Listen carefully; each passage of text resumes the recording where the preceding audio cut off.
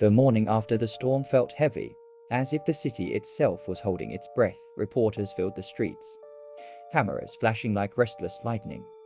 Everyone wanted to know what happens to O.J. Simpson now. Inside the courthouse, his lawyers whispered urgently, while outside, the crowd buzzed with rumors and divided beliefs. Some said justice was coming. Others said the system had already failed. Marcia Clark stood by the window, staring out at the swarm of microphones and headlines. She could almost feel the weight of every woman who'd ever been silenced by power or fame across the street.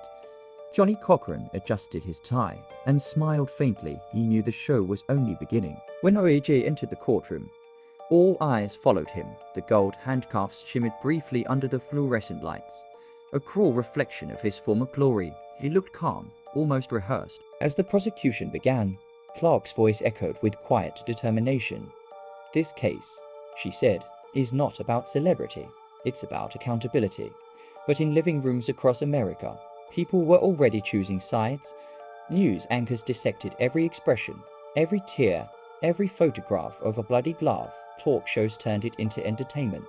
The truth, somewhere between the whispers and the spectacle, began to blur. Days turned into weeks. The defense brought in scientists, friends, and even doubts. Cochran's words cut through the courtroom like a sermon. "If it doesn't fit, you must acquit."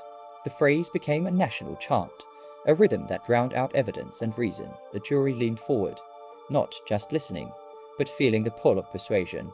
It wasn't about logic anymore. In the middle of it all, O.J. sat motionless. Sometimes he'd glance at the photos Nicole, smile, Ron's lifeless body, and for a second, something human flickered across his face. But then it was gone. Cameras clicked. The world speculated.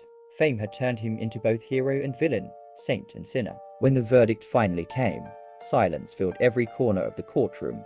The foreman stood, voice trembling. "We find the defendant not guilty." Gasps. Cries. Cheers. The nation split into one half celebrating victory, the other grieving injustice. O.J. closed his eyes, a single tear rolling down, though no one could tell if it was relief or emptiness. Outside, chaos erupted. Protesters shouted, reporters screamed, and helicopters hovered like vultures. Marcia Clark walked away quietly, carrying the weight of what might have been. Cochran raised his hand triumphantly, his smile wide and bittersweet. And O.J., he simply stood there. That night, Los Angeles didn't sleep. TV screens replayed the moment again and again, as if trying to find hidden meaning in the silence after the words, "not guilty." But beneath the noise, a deeper truth lingered. Justice had been overshadowed by fame, and the world would never look at innocence, guilt, or race the same way again.